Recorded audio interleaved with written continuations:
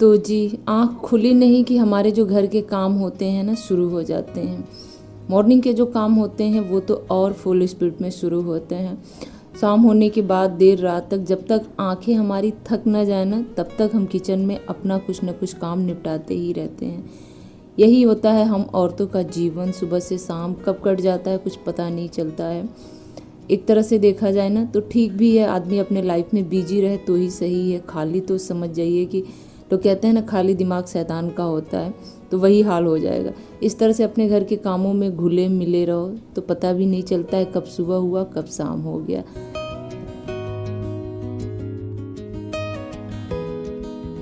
Hello everyone, good morning, नमस्ते। कैसे हैं आप सब? आई होप आप सब बहुत अच्छे होंगे।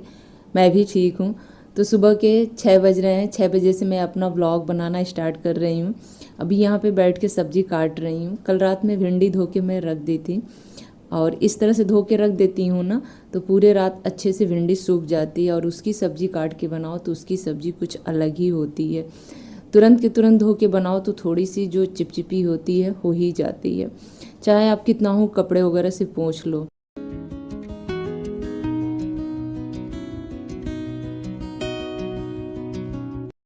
कभी कभी ना हम औरतों को अपने घर के कामों के साथ साथ ना एक रणनीति भी अपनानी पड़ती है। सूझबूझ तो दिखाते ही हैं हमें, लेकिन एक रणनीति विशेष तौर पे अपनानी पड़ती है। वो इसलिए कि हमारा घर का जो काम है वो हम ही कर सकते हैं, और हमारे अकॉर्डिंग जब तक नहीं होगा तब तक हमारा घर चलेगा भी नहीं। आप 2 दिन के लिए अपने घर को किसी और को सौंप दीजिए, उस बंदे को समझ में नहीं आएगा, क्योंकि वो डेली बेस पे आपके घर में न तो रहा है न तो काम करता है। अपने घर के कामों को आप अपने हाथों से ही कर सकते हो, अपने दिमाग से ही कर सकते हो। हर काम में सूझबूझ के साथ साथ थोड़ी सी चालाकी दिखानी ही पड़ती है। जैसे मेरे यहाँ क्या है ना कि भिंडी की सब्जी वीरू को नहीं पसंद है, बाकी सब लोग चाव से खा लेते हैं। तो भिंडी की सब्जी के बाद या तो मैं अलग से आलू की भुजिया बनाऊँ या फिर भिंडी में ही आलू को बारीक कट करके डालूं। ये काम मुझे सुबह सुबह करना पड़ता है जिस दिन मैं भिंडी की भुजिया बनाती हूँ। वैसे भिंडी की भुजिया बनाने के बाद मुझे आलू की भुजिया बनानी ही पड़ी थी। यहाँ पे फटाफट मैं रोटी सेक ले रही हूँ, क्योंकि इनको आज सुबह नाश्ते में रोटी ही दूंगी और टिफ़िन में भी वही दूंगी। मेरे हस्बैंड को रोटी बहुत पसंद है, मतलब पूड़ी पराठा वगैरह ऑयली चीज़ जो भी हो थोड़ा सा अवॉइड करते हैं। मैं भी करती हूँ, बट बच्चे तो बड़े चाव से खा लेते हैं। यहाँ पे दूसरी वाली जो चाय है मॉर्निंग की वो मैं पी रही हूँ। अब इसको छोड़ना एकदम से असंभव है, मतलब कई बार मैं कोशिश की हूँ, एकदम से नाकाम रही। 1 से 2 दिन छूटता है, फिर आदत है पीने की तो पी लेती हूँ। उसके बाद जो घी का बर्तन था ना, घी मेरा खाली हो गया था, उसको गर्म पानी डाल के उसमें चुटकी भर थोड़ा सा लिक्विड डाली हूँ डिशवाश वाली, वो मैं भिगो के रख दी हूँ। थोड़े देर बाद जाऊँगी तो उसकी साफ़ सफाई करूँगी। और यहाँ पे आ गई हूँ अपने घर को समेटने के लिए। एक रोज़ पहले आप लोगों ने ब्लॉग में देखा होगा, इतने अच्छे से मैं डस्टिंग वगैरह की थी। लेकिन अगर किसी चीज़ को आप रोज़ साफ़ करते हो, 2 से 3 दिन छोड़ दो ना, तो उस पर जो डस्ट होते हैं बारीक वाले वो दूर से ही देखने में पता चल जाते हैं। वही होता है मेरे यहाँ इस बड़े से हॉल या फिर हॉल कम बेडरूम जो भी समझिए, ये तो ऑलराउंडर है। मतलब ये बेडरूम का भी काम करता है, लिविंग रूम का भी काम करता है, ऑल इन वन है समझ लीजिए। तो यहाँ पे जल्दी जल्दी एक सूखा कपड़ा लेके फटाफट में अपना जो बेड का पीछे का हेड वाला हिस्सा है उसको मैं साफ़ कर रही हूँ। और ब्लैक होने के नाते ना थोड़ा भी इस पर डस्ट जमता है ना तो पता चल जाता है, दिखने में मुझे बिल्कुल अच्छा नहीं लगता है। सो फटाफट लग गई हूँ अपने घर के कामों में। अपने घर के कामों में बिजी रहना मुझे बहुत पसंद है, और अपने घर के कामों को खुद यानी अपने हाथों से ही करना मैं पसंद करती हूँ, कोई और करे ना। यहाँ तक कि मेरे हस्बैंड भी कभी कभार कुछ कर देते हैं ना, तो कुछ चीज़ें तो वो बहुत अच्छे से डील कर लेते हैं, कुछ चीज़ें होता है जो कि मैं ही ठीक कर पाती हूँ, उनसे नहीं हो पाता है। जैसे बेडशीट वगैरह अगर लगाना हो तो मुझे ही पता है कि कैसे लगाऊंगी तो ठीक से बैठेगा। तो यही चीज़ होता है। यहाँ पे देखिए बच्चों के कॉपी बुक्स, मतलब यहाँ पढ़ते हैं ना तो कुछ कॉपी बुक्स यहाँ छोड़ के ही जाएंगे। मंदिर वाले कमरे में पढ़ेंगे ना तो वहाँ बिस्तर पे कुछ कॉपी बुक्स छोड़ ही देंगे। इनका यही काम होता है, मतलब इनका जो कॉपी बुक्स है ना खोज खोज के मुझे देना पड़ता है। पेंसिल, इरेजर, शॉर्पनर, पेन वगैरह, मतलब हर जगह एक आध पीस आपको देखने को मिलेगी। तो कुछ बुक्स तो ऐसे हैं जिनको टाइम टेबल के हिसाब से लगा के देना रहता है, तो उसे तो मैं सेट करके यहीं रख दे रही हूँ। बाकी जो बैग में परमानेंट रखने वाला या फिर ट्यूशन वाला, उसको निकाल के मैं बच्चों को दे दी हूँ। वीर मेरे आगे पीछे ही वो भौरों की तरह डोलता रहता है। आप लोग ब्लॉग में देख भी रहे हैं ना, अच्छा भी लगता है। बीच बीच में मेरा हेल्प भी करा देता है, ये ला दे वो ला दे। देखिए अभी कॉलिन का बॉटल लेके आया। तो ऐसे ही करता रहता है, मम्मी मैं डस्टिंग कर दी हूँ, मैं इसको साफ़ कर दूँ, भले उससे कुछ ना हो लेकिन हाँ ये कर दूँ वो कर दूँ, लगा ही रहता है।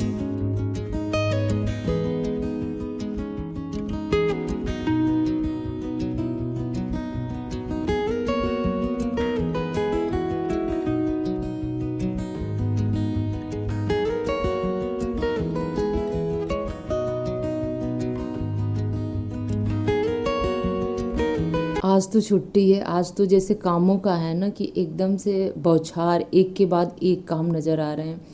बेडशीट भी मेरा गंदा हो गया था, मतलब 3 दिन 4 दिन के बाद ही आजकल गंदे हो जा रहे हैं। वैसे तो हमेशा इतने दिन पे ही गंदे होते हैं, ठंडियों में थोड़े बहुत चल जाते हैं क्योंकि उसके ऊपर हम लोग गर्म बेडशीट जो होता है वो डाल देते हैं। तो इस वजह से अपने जो गद्दे हैं उसको मैं झटक ली हूँ और आज बिछाऊँगी दरी 2 रोज़ पहले ही निकाली थी धोने के लिए, तो 2 से 3 दिन लग गया इसको सूखने में। दिखने में बहुत पतली है लेकिन इसमें ना वेट बहुत ज़्यादा है, मतलब भारी सा लगता है, तो सूखने में टाइम लिया ही लिया है। यहाँ पे फटाफट इसको सेट कर दे रही हूँ और अपना एक लाइट में कुछ भी बेडशीट निकाल ले रही हूँ बिछाने के लिए। इसके ऊपर इसलिए बिछाती हूँ ना कि एक तो बेडशीट मेरा सरकता नहीं है, और जो भी धूल मिट्टी होता है ना सबसे पहले दरी खाता है, उसके बाद नीचे गद्दे तक जाता है। तो इस वजह से दरी के बाद बचेगा तब गद्दे नीचे तक पहुंचेगा। तो आप लोग ऐसे करते हैं कि नहीं करते हैं? वह बहुत क्या है ना कि बीच में तो मैं पूरा मन बना ली थी कि जो मोटे वाले गद्दे आते हैं जिसको मैट्रेस आप लोग कहते हैं वो वाला ले लूँ, लेकिन फिर किसी ने मुझे बहुत ही अच्छा सजेशन दिया था कि वो कंफर्टेबल तो बहुत होते हैं, बट उसके ऊपर बेडशीट वगैरह बिछाओ ना तो पूरे दिन सरकते रहते हैं, तो उसको लेके अलग आदमी परेशान होता है। हाँ, उसके ऊपर जो मैट्रेस प्रोटेक्ट करके कुछ आता है वो अगर डाल दी जाए तो काफ़ी हद तक सही रहता है, वो बेडशीट को सरकने नहीं देता।